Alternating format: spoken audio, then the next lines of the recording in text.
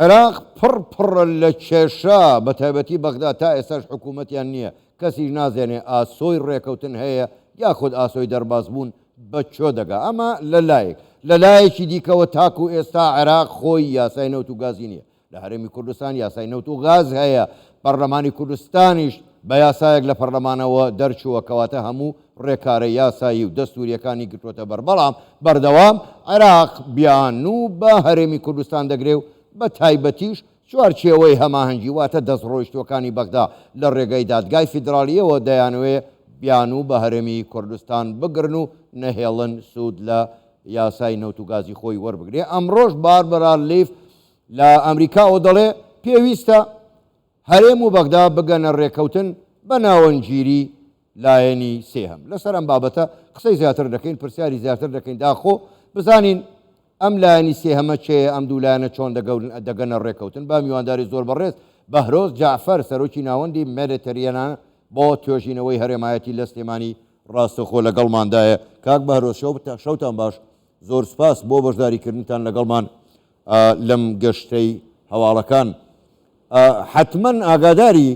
قسەکانی باربەرا لیفیت باشە. من دەبێت سەرەتا بەوە دەست پێ بکەم، خوێندنەوەتان بۆ قسەکانی باربەرا لیف چییە سەبارەت بە ڕێکەوتنی هەرێم و بەغدا یاخود نزیک بوونەوەیان لەسەر کێشەی نەوت و غاز؟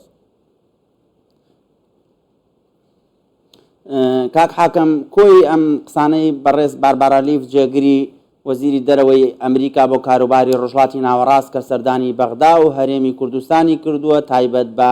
ناکۆچیەکانی نێوان حکوومەتی مەرکەزی و هەولێر یان هەرێمی کوردستان لە سەبارەت بە پرسیوزە لە سێ خاڵا کورتەکەمەوە. خاڵی یەکەمیان ئەم قسانەی بەڕێزیان دەرخەری ئەوەیە کە ئیدارەی ئەمریکا زۆر بە وردی ئاگاداری ڕووداوەکانی عێراقا و زۆر بە وردیش ئاگاداری ورد و درشتی مەلەفی نەوتی هەرێمی کوردستان و مەلەفی نەوتیشە لە بەغدا کە چۆن ئەچێ بەڕێوە لە مەولا پرسی گازی سروشتیش هاتوۆتە ئاراوە و بە وردی ئەم دیراسی ئەمە دەکەن. بە معنایەکی ترەمەوە بڵم باشتر لە حکوومەتی عێراق و حکوومەتی هەرێمی کوردستانەوان ئاگایان لە ڕووداوەکانەوە ئەوەندەی منیش زانیاریم هەبێ چەند کۆمپانیایەکی فرەڕەگەز ماڵتی نەشنەڵ کۆرپۆریشن لەم ماوەی ڕابردووە ینی بە وردی یان بە چڕی لە واشنگتۆن خەریکی لۆبیکردن بوون، خەریکی هێنانە سەرخەتی ناوەندی بڕیاری ئیدارەی ئەمریکا بوون بۆ ئەوەی لەسەر ئەم پرسەی نێوان هەرێمی کوردستان و حکوومەتی مەرکەزی یا وەزیری نەوت بە تایبەتی ئیدارەی ئەمریکا موقف بنوێنێ و ئەوە جاری دووەمیشە بە غێر مباشر ئیدارەی ئەمریکا بەرگری لە هەرێمی کوردستان و پێگەی هەرێمی کوردستان ئەکات. ئەمە یەکەم. خاڵی دووهەمیان لە کاتێکدا کە جیهان چاوەڕێی زستانێکی زۆر سار دەکات، لە کاتێکدا زیاتر لە 20,000 فڕن و سەمونخانە لە ئەڵمانیا داخراون بەهۆی کێشەی سوتەمەنیەوە، لە کاتێکدا بورجی ئیڤڵ کە خۆتان نەزان چ سیمایەکی حەزاری و شارستانی و گەشتیاری و ئەوانەیە هەیە لە ئیمشەوەوە ئەزانم ئیتر بورجی ئیڤڵ لە سەعات 11 شەوە کوژێتەوە لە بەرەوەی کارەبا زۆر سەرفەکات و زۆر یعنی قسە لەسەر ئەوەیە ئەوروپا و خۆراوە بگەڕێنەوە بۆ سەدەی 18 و 19 وەکو ئەو سەردەمە غەڵوز بەکاربێنن لە بری نەوت و غازی سروشتی. ئەمە لە کاتێکدا ئەوروپا و خۆراوە ئەم زستانە سەختە و ئەم قەیرانە و سەختە بەڕێوە ئەبن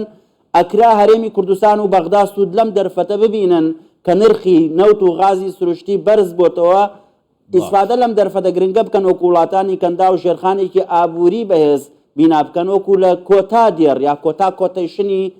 بەڕێزیان جێگری وەزیری دەرەوەی ئەمریکا باز لەوە کات کە ئەو وای بە باش نبینێ ململانەیە بەردەوام بێ. منیش وای بە باش نبینم، ڕەنگە جەنابیش ئەوانی دیکەش چکە باشتر وایە حکوومەتی هەرێم و حکوومەتی بەغدا ڕێک بکەون لەسەر دەرچواندنی یاسایەکی نەوت و غاز هەر ئەوەشە بە غێر مباشیر جەنابیان ئاماژەی پێ دەکات. زۆر باشە کاک بەهرۆز، جارێ ئەو سەری دیار نییە کە ئاخۆ یاسای نەوت و غاز لە عێراق دەردەچێت یان نە، چونکە ئەوە لە بەرژەوەزی دەسەڵاتدارانی عێراق نیە نایەنوێ یاساکە دەرچێت. بەڵام پرسیاری من ئەوەیە لە هەر لەسەر قسەکانی باربەرا لیف کە دەڵێ بە نێوەنگیری لایەنی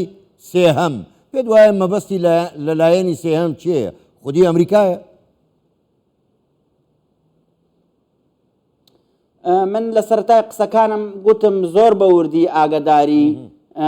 ڕووداوەکانی ناوچەکەن دێمە سەر وەڵامەکەی جەنابەت بەزەبت وەڵام تەدەمەوە. زۆر بە وردی ئیدارەی ئەمریکا ئاگاداری ئەم مەلەفەیە لە میدیای عێراقی و میدیای هەرێمی کوردستانەوە ماوەی 15 ڕۆژ بۆ 20 ڕۆژ بۆ مایەکە بێ ئەم مەلەفە تا ڕادەیەک ناڵێم داخراوە بەڵام ئەوان ئاگدارن ئەم مەساری ئەم ڕووداوانە بەرەو چۆڕا لە پرسی مەلەفی وزەی هەرێمی کوردستانە بۆیە ئەمەیان گوتو بەمانایەکی ترەمەوە بڵێم ئیدارەی ئەمریکا تێگەشتووە یان تێگەشتووە کە حکوومەتی عێراق یا وەزیری نەوت بە شێوەیەکی ئینتیقایی یعنی لەناو دە کۆمپانیایە دێن سێ و چوار کۆمپانیا ئەکەن بە ئامانج ئەم کۆمپانیانە ئەکەن بە ئامانجیان خەنە لیستی کۆمپانیا قەدەغەکراوەکانەوە کە لە هەرێمی کوردستان ئەیش بکەن بە معنایەکی تر ورتر ئەمێ بێڵێم ئەو کۆمپانیانە ئەکەنە ئامانج کە زیاتر ڕێگیان لە دامەزراندن یان بەرزنرخاندن و بەرهەمی سەرەکی هەرێمی کوردستانە لە پرسی غاز و نەوتا بۆی ئەمە نەکەن ئێران لەسەر پرسی ئەو پرسەی کە غازی سروشتی بۆ عێراق دابینەکە بەردەوام بێت بە معنایەکی تر نایەنەوێ غازی سروشتی هەرێمی کوردستان ببێتە بەدیلێک بۆ غازی سروشتی ئێران. باش کەواتە کاک بەهرۆز من لە قسەکانی ئێوە ئەوە گەیشتم پیلانێکی هەردوو لە ئێرانی و عێراقی دژی هەرێمی کوردستان هەیە عێراقیش تا حکوومەتیشی نییە کەواتە لە حاڵەتی ئەوەی کە ئەگەر حکوومەتێک لە بەغدا پێکات ئەم پیلانە لەسەر هەرێمی کوردستان جێبەجێ دەکەن. خۆی ئەوەی کە زیاتر خۆی لەم جەوەیە تێکداوە کاک حاکمیشەتی ئەوروپا و ئەوروپیەکانن نەک ئیدارەی ئەمریکا پلانەکەش لە دووی ئابەوە زیاتر هەستی پێەکرێت چکە لە دووی ئابی ئەم ساڵەوە نزیکەی مانگونیەک بەر لە ئێستا ئیتحادی ئەوروپا خۆیان باسییان لە زیندووکردنەوەی ڕێکەوتنامە ئەتۆمیەکەی ئێران کرد چونکە ئەمەوە ئەکات ئێران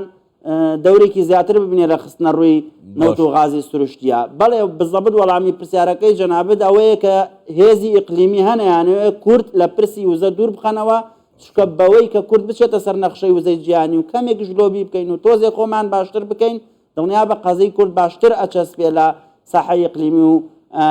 جیهانیدا.